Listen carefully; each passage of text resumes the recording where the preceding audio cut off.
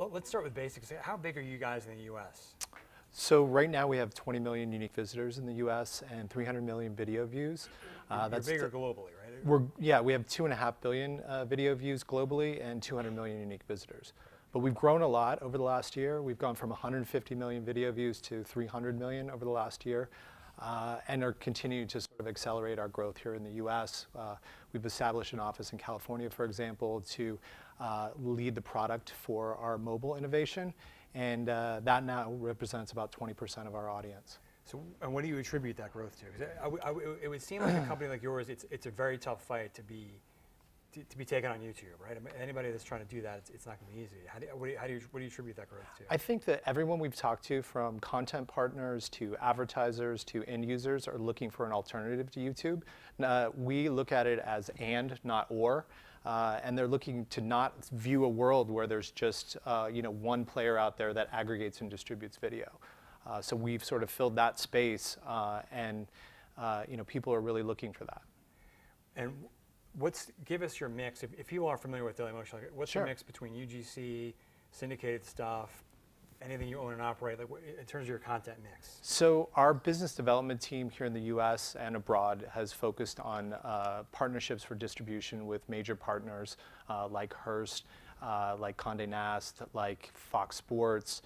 So that is a big bucket of inventory for us. We're also leaning heavily into the creator class, represented by the MCNs and the maker studios of the world. So epic rap battles is something that is big on our platform, but we expect that there will be a groundswell of folks that will be uploading to our platform to add to that bucket of inventory.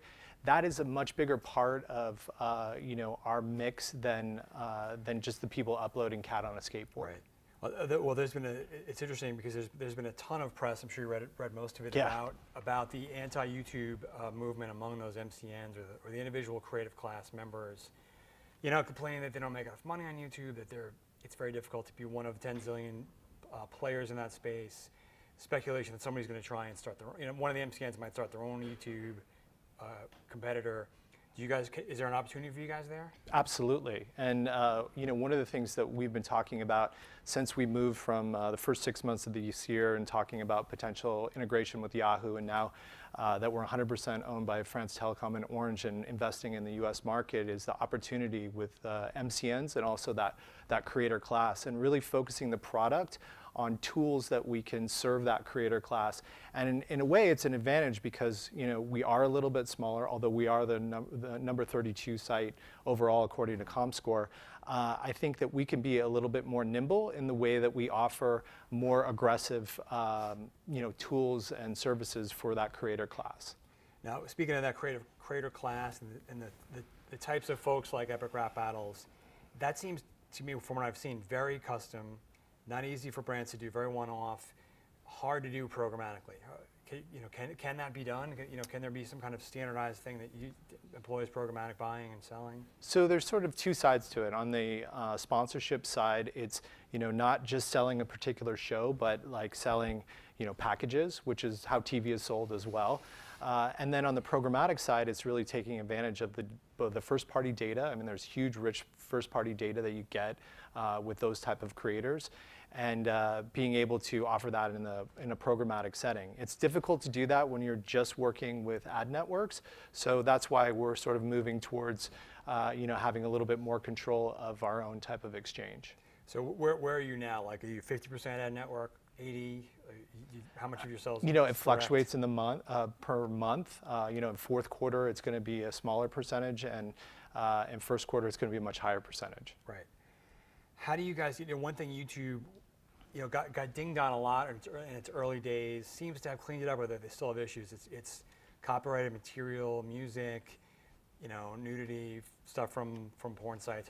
You guys get dinged with that reputation, fair or not? How do you guys deal with that, or where are things? It's one of the most important things that we deal with. I think there's sort of two ways that you work. One is on an automated basis and working with folks like Audible Magic, which does fingerprinting technology that is able to detect when there's copyrighted material. Then there's the community who comes in and flags material.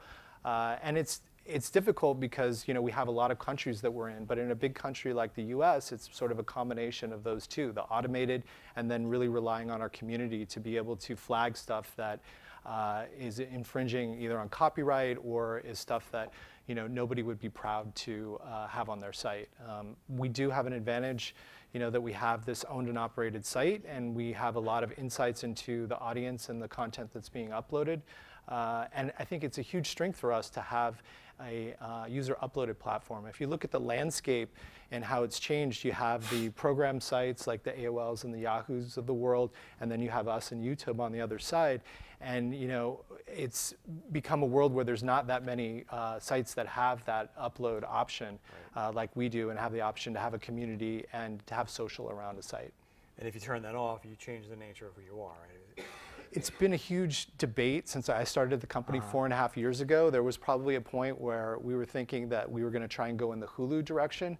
But the rights to that type of content and having your whole platform built on that, I mean, it's even challenging for a company that has, that is both has the content and is running the site. So we think it's a huge advantage, and one of our biggest strengths is having that upload and that whole community around our site. I want to ask you about, give me the state of things in terms of programmatic. Do you guys use exchanges? You said you use networks. I think you want to do something in the private exchange space. Give me the kind of the state of affairs for you. So we started here in the U.S. working with ad networks, and that was really, monetizing our remnant in non-guaranteed inventory. Then we moved to extending that out to international, and that was a huge driver for us over the last 2 years. Is all these far-flung countries where we couldn't have a direct sales force or it wasn't practical, we were able to aggregate all of those and really create a massive monetization opportunity as the market grew. And then I think the next natural extension is for us to have our own ad exchange with one of the partners like the spot exchanges and the live rails of the world to be able to help us take advantage of our first-party data. And do you think that that's going to roll out the way Mike described with a lot of long-tail smaller brands, or is it going to be bigger advertisers use that initially? Well, I think that initially we're going to take advantage of having a lot more advertisers in it that are going to be able to participate, but then we'll probably think of ways that we can segment out the inventory to have guaranteed programmatic buying like what we're talking about in the upfronts. Someone going to buy you guys? We went through a process the first half of this year. We're right now very focused on a strategy of how do we build as a standalone property.